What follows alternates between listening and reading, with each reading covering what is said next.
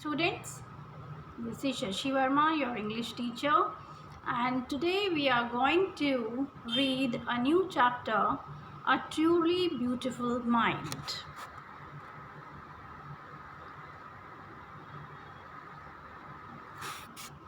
So, before reading this, let's discuss about the introduction of the lesson.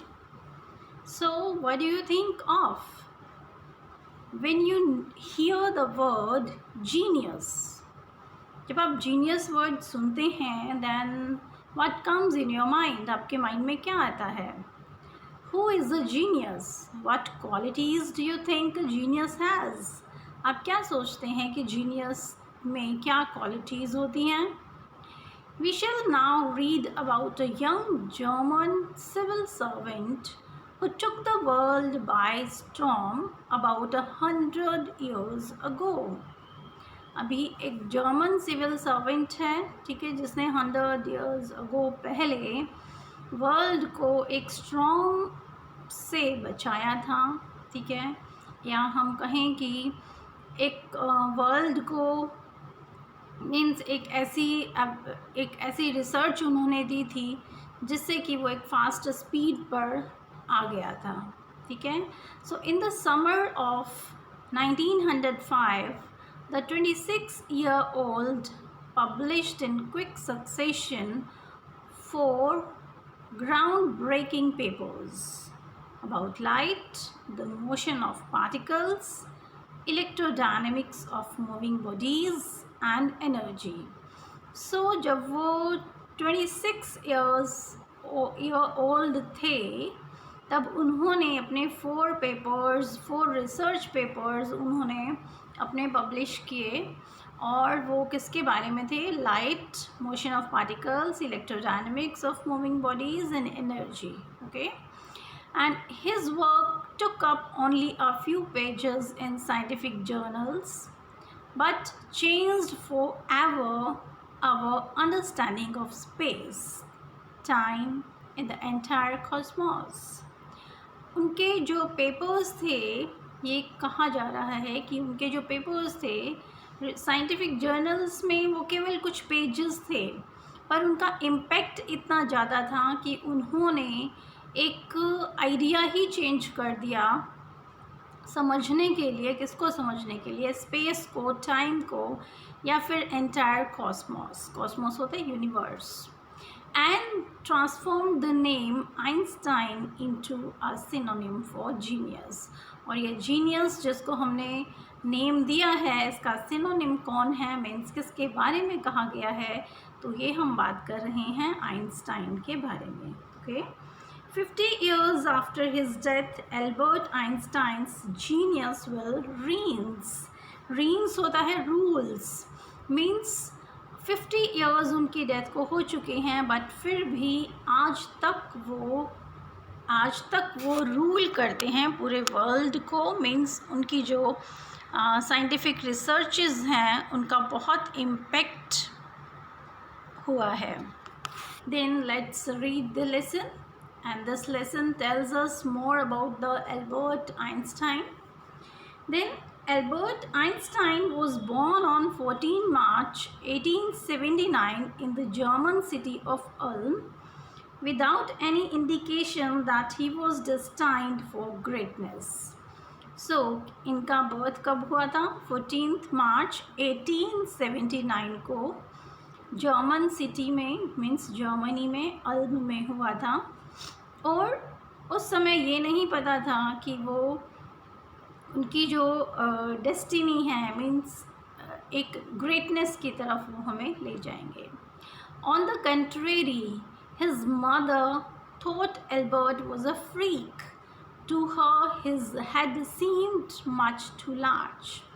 और on the contrary means इसके opposite उनकी mother को लगता था कि एल्बर्ट एक फ्रीक हैं. फ्रीक मीन्स वीक, बहुत वीक हैं, क्योंकि उनका जो हेड है वो उन्हें बहुत बड़ा दिखाई देता था. At the age of 2.5, Einstein still wasn't talking. Einstein 2.5 years तक बोले नहीं थे. When he finally did learn to speak, he uttered everything twice. और जब वो फाइनली बोलना सीखे तो हर वर्ड को वो 2 times बोलते थे.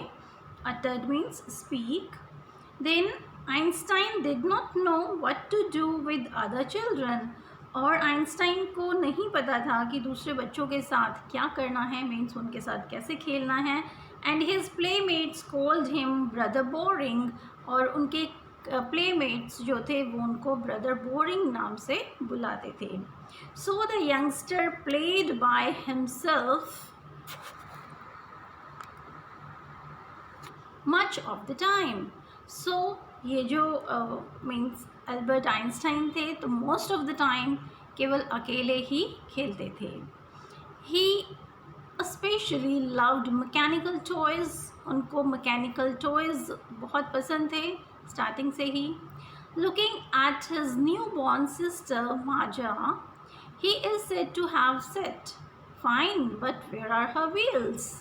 सो जब उन्होंने अपनी छोटी बहन न्यू बॉर्न बहन को देखा जिसका नाम माजा था, सो ये मीन्स कहा गया, ये उनके बारे में बात कही गई है कि उन्होंने उसको देखते ही पूछा कि हाँ ठीक है बट इसके व्हील्स कहाँ हैं.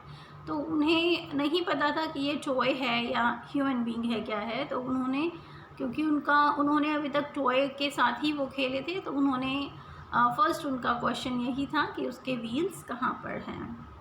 सो ये थोड़ी सी डिस्क्रिप्शन है. Otto Neugebauer, the historian of ancient mathematics, told the story about the boy Einstein that he characterizes as a legend. ये ओटो नोगिबोर हैं, एंशियंट मैथमेटिक्स के हिस्टोरियंस हैं ये. इन्होंने एक छोटी सी स्टोरी आइंस्टाइन के बारे में बताई. क्या? क्योंकि उन्होंने भी ऐसा सुना होगा, इट्स बीइंग अ लीजेंड, वो एक लीजेंड में से एक स्टोरी हो चुकी है. But that seems fairly authentic. But ये स्टोरी आइंस्टाइन के लिए बहुत फेयर लगती है, ठीक लगती है. As he was a late talker, कि जैसे हमने अभी पढ़ा कि वो बहुत लेट उन्होंने बोलना शुरू किया.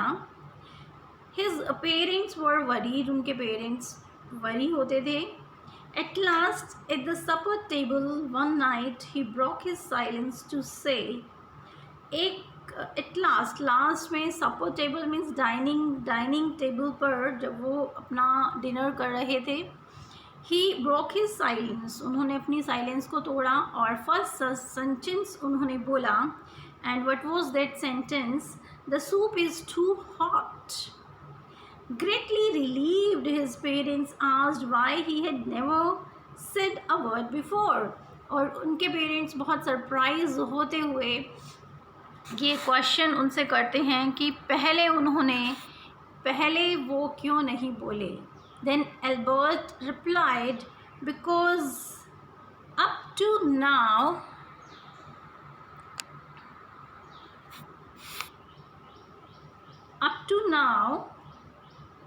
Everything was in order. और उन्होंने क्या कहा कि वो इसीलिए नहीं बोले क्योंकि अब तक सब कुछ प्रॉपर ऑर्डर में था, कुछ भी उन्हें गलत नहीं लगा था.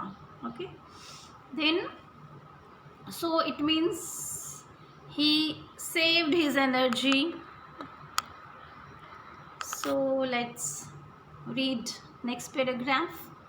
A headmaster once told his father that what Einstein chose as a profession wouldn't matter because he'll never make a success at anything.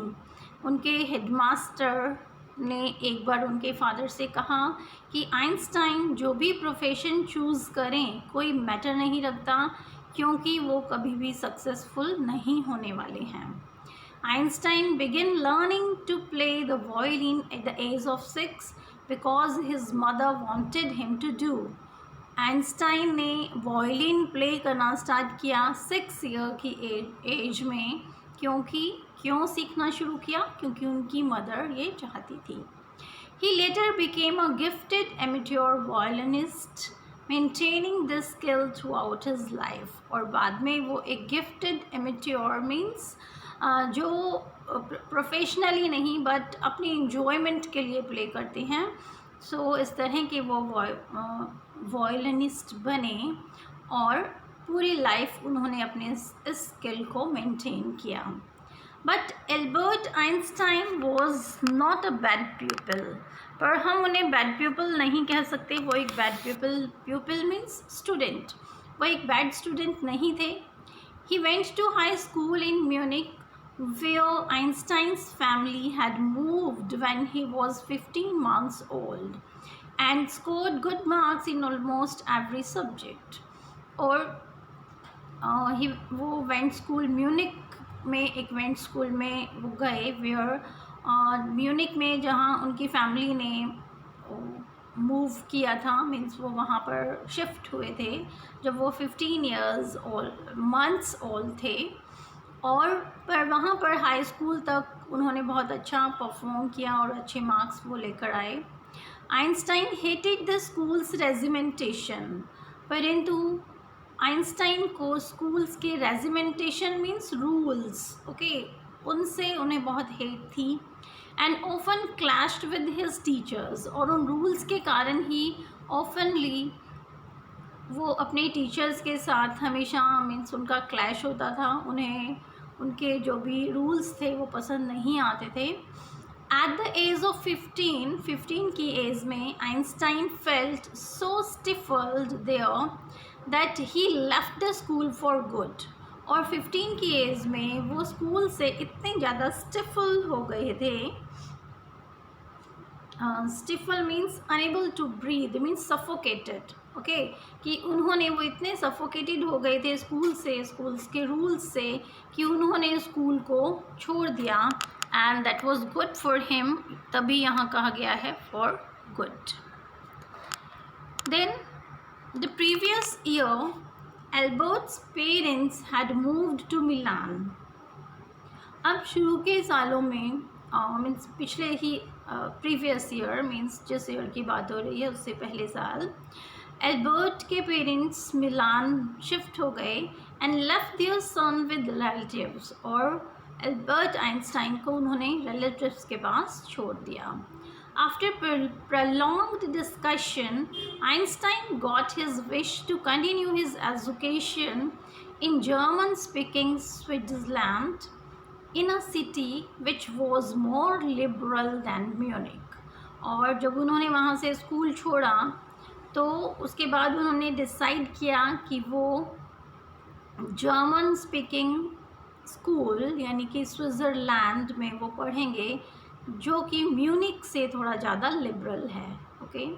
Einstein was highly gifted in mathematics and interested in physics. अब Einstein जो है वो highly gifted means एक gifted child हैं mathematics के लिए, यानी उनमें इनबॉर्न, हम कहें कि इनबॉर्न टैलेंट था मैथमेटिक्स और फिज़िक्स के लिए, बहुत इंटरेस्ट था उनका उसमें। और वो बहुत एक ग्रेट स्टूडेंट भी रहे इन दोनों सब्जेक्ट्स के। And after finishing school he decided to study at a university in Zurich. और स्कूल के बाद उन्होंने ज्यूरिक यूनिवर्सिटी से स्टडी करना डिसाइड किया।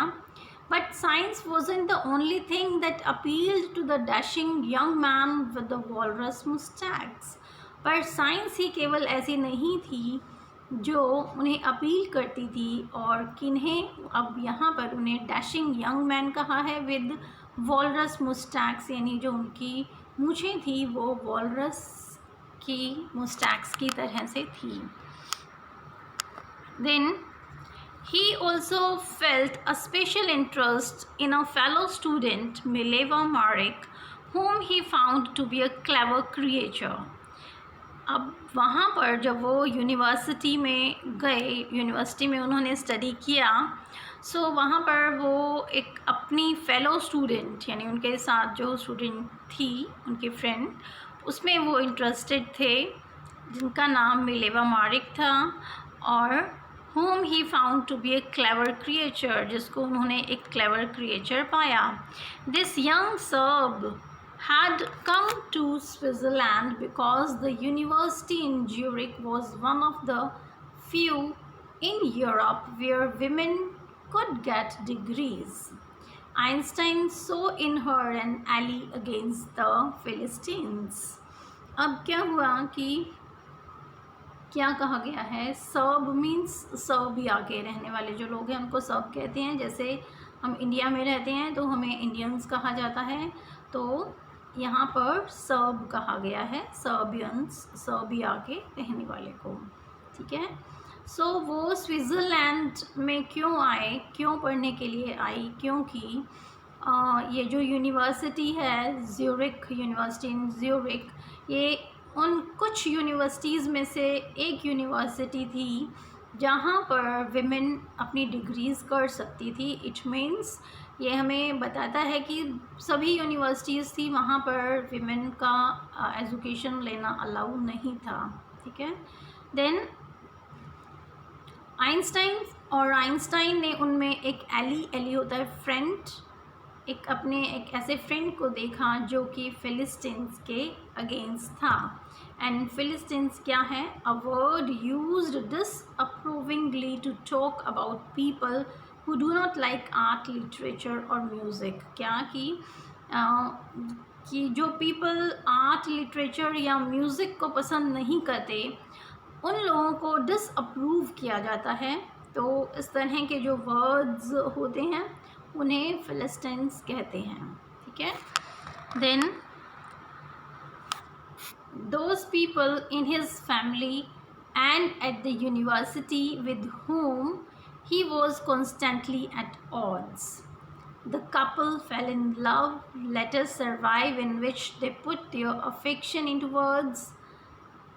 Mixing science with tenderness, wrote Einstein, how happy and proud I shall be when we both have brought our work on relativity to a victorious conclusion.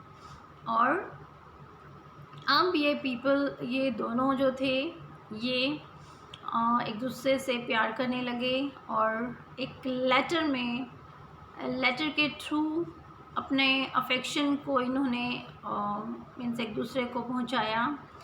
और उसके ये जो आइंस्टाइन हैं इन्होंने एक लेटर के थ्रू बताया है कि इनका जो मीन्स लव है वो उसको उन्होंने डिस्क्राइब किया है कि मिक्सिंग साइंस विद टेंडरनेस, कि साइंस को टेंडरनेस यानी सॉफ्टनेस के साथ मिक्स कर दिया गया है। ठीक है। उन्होंने बोला है कि how happy and proud I shall be, वो कितने हैप्पी और प्राउड हैं कि उनका जो काम है, कौन सा काम, रिलेटिविटी का, वो एक विक्टोरियस कंक्लूज़न पर आ गया है। Then in 1900 at the age of 21 की एज में, and in 1900 Albert Einstein was a university graduate and unemployed. तब वो यूनिवर्सिटी ग्रेजुएट थे और अनएम्प्लॉयड थे। He worked as a teaching assistant, gave private lessons and finally secured a job in 1902. और अभी तक उन्होंने क्या किया, उन्होंने एक टीचिंग असिस्टेंट की तरह से काम किया और प्राइवेट लेसन्स भी वो देते थे। पर 1902 में उन्हें एक जॉब ऑफर हुई as a technical expert in patent office in Bern. While he was supposed to be assessing other people's intentions, Einstein was actually developing his own ideas in secret. He is said to have jokingly called his desk drawer at work the Bureau of Theoretical Physics. अब वो एक technical expert की तरह एक patent office में काम कर रहे थे। दूसरे लोग जो रिसर्चेस करते थे तो पर उस टाइम पे जो आइंस्टाइन है वो उन सबको सुनकर पढ़कर अपने ही कुछ आइडियाज़ सीक्रेटली जो है वो बना रहे थे और वो मजाक में उनकी जो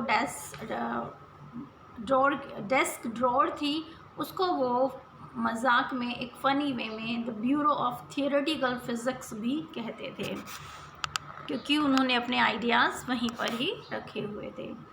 One of the famous papers of 1905 was Einstein's special theory of relativity, according to which time and distance are not absolute. अब उनका एक पेपर आया 1905 में, Einstein special theory of relativity, जिसमें उन्होंने बताया कि time and distance are not absolute, वो एब्सोल्यूट नहीं होते हैं. Indeed, two perfectly accurate clocks will not continue to show the same time. उन्होंने बताया कि two perfectly accurate clocks हमें सेम टाइम नहीं दिखाएंगी. If they will together again after a journey, यदि वो एक ही समय पर एक ही जर्नी को करके और वो एक ही समय पर आती हैं, बट वो टाइम हमें सेम नहीं दिखाएंगी. One has been moving very fast relatively to the other. यदि एक दूसरे से थोड़ी फास्ट भी चलकर आती है तो भी ऐसा नहीं होगा. From this followed the world's most famous formula which describes the relationship between mass and energy, E is equal to mc². तो ये रिलेटिविटी का फॉर्मूला है. In this mathematical equation E stands for energy, m for mass and c for the speed of the light in vacuum, about 3 lakh km per second. When you sit with a nice girl for 2 hours, it seems like 2 minutes.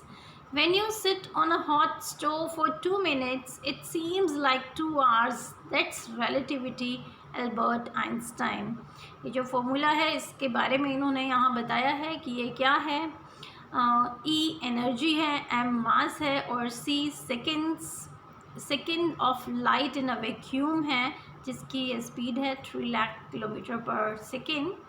अब वो बताते हैं कि यदि क्या means ये क्या show करता है. एक छोटा सा एग्जाम्पल देके उन्होंने समझाया है कि यदि आप एक नाइस गर्ल के साथ 2 घंटे भी बैठते हैं तो भी आपको वो 2 मिनट के बराबर लगेंगे, और यदि किसी गर्म स्टोव पर आप 2 मिनट के लिए भी बैठें तो भी आपको लगेगा कि आप 2 घंटे से बैठे हैं. तो ये उन्होंने कहा है कि this is relativity. Okay, then while Einstein was solving the most difficult problems in physics, जब आइंस्टाइन फिज़िक्स की एक मोस्ट डिफ़िकल्ट प्रॉब्लम को सॉल्व कर रहे थे, his private life was unraveling. सो उनकी जो प्राइवेट लाइफ है वो मीन्स फेल होना शुरू हो गई थी. unraveling means starting to fail. okay, then Albert had wanted to marry Mileva right after finishing his studies. Albert अपनी स्टडीज़ फिनिश करने के बाद मिलेवा से शादी करना चाहते थे, but his mother was against it. परंतु उनकी मदर उनके अगेंस्ट थी. She thought Mileva who was 3 years older than her son. अब मिलेवा 3 years बड़ी थी एल्बर्ट से, and was too old for him. उनकी मदर को लगता था कि ये उनके लिए बहुत बड़ी है. She was also bothered by Mileva's intelligence. उनको मिलेवा के इंटेलिजेंस के कारण भी थोड़ी चिंता होती थी. She is a book like you. और वो कहती थी कि एल्बर्ट ये तुम्हारी तरह से ही एक बुक है. मीन्स उन्हें भी स्टडी का बहुत शौक़ है. His mother said Einstein put the wedding of. और उनकी मदर ने ये कहा और वो अगेंस्ट थी, तो आइंस्टाइन ने अभी वेडिंग नहीं की. The pair finally married in January 1903. और इस पेयर ने फाइनली शादी की 1903 में, and had 2 sons. But a few years later the marriage faltered. परंतु कुछ सालों के बाद मैरिज जो है वो फॉल्टर हो गई, फेल हो गई. Mileva meanwhile was losing her intellectual ambition and becoming an unhappy housewife. और क्यों हो गई उसका रीज़न यहाँ बताया गया है कि मिलेवा को ये लगा कि वो अपना इंटेलेक्चुअल एम्बिशन, क्योंकि ऊपर बताया ही गया है कि वो बहुत एम्बिशियस थी, तभी वो उस यूनिवर्सिटी में पढ़ने के लिए वहाँ पर आई थी. और तो उन्हें ये फ़ील हो रहा था कि उनका इंटेलेक्चुअल एम्बिशन जो है वो ख़त्म होता जा रहा है, और इसीलिए वो एक अच्छी वाइफ या हम कहें कि अनहैप्पी हाउसवाइफ रही। After years of constant fighting, और काफ़ी सालों की कांस्टेंट फाइट करने के बाद the couple finally divorced in 1919. Einstein married his cousin Elsa the same year, और उसी साल आइंस्टाइन ने अपनी कज़न एल्सा से शादी की। Then Einstein's new personal chapter coincides with his rise to world fame. In 1915, he had published his journal Theory of Relativity, which provided a new interpretation of gravity. अब Einstein की जो new personal chapter है वो coincide करता है with the rise of world fame.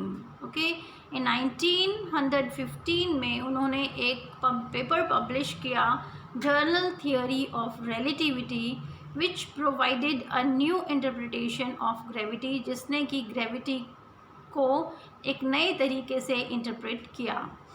N Eclipse of the सन इन 1919, और उसी दौरान 1919 में एक सोलर इक्लिप्स जो है वो हुआ, जिसने कि प्रूव कर दिया that Einstein was right, prove that it was accurate. Einstein had correctly calculated in advance the extent to which the light from fixed stars would be deflected through the sun's gravitational field. The newspapers proclaimed his work as a scientific revolution. So इस तरह से उनके work को scientific revolution कहा गया। Einstein received the Nobel Prize for Physics in 1921. He was showered with honors and invitations from all over the world and lauded by the press. और ये होने के बाद उनको नोबेल प्राइज़ दिया गया फिज़िक्स में 1921 में, और उन्हें बहुत सारे ऑनर दिए गए, इन्विटेशंस उनके पास आए थ्रू आउट वर्ल्ड से, और जो कि प्रेस ने उन्हें लॉड किया, प्रेस ने पब्लिश किया। Then when the Nazis came to power in Germany in 1933, Einstein immigrated to the United States. अब जब नाचिज़ जो है वो पावर में आए जर्मनी में 1993 में, तो आइंस्टाइन यूनाइटेड स्टेट्स में शिफ्ट हो गए। 5 years के बाद the discovery of nuclear fusion in Berlin had American physicists in an uproar. Many of them had fled from fascism just as Einstein had, and now they were afraid the Nazis could build and use an atomic bomb. अब क्या हुआ, 5 सालों के बाद जो nuclear fusion की discovery हुई Berlin में, और कुछ अमेरिकन फिज़िसिस्ट जो हैं वो मीन्स इस रिसर्च में शामिल थे, और ये कहा गया कि कुछ टाइम के बाद जो नाचीज़ है वो एटॉमिक बॉम्ब को यूज़ करने वाला है। ठीक है, तो उस टाइम पे न्यूक्लियर फ्यूज़न से एटॉमिक बॉम्ब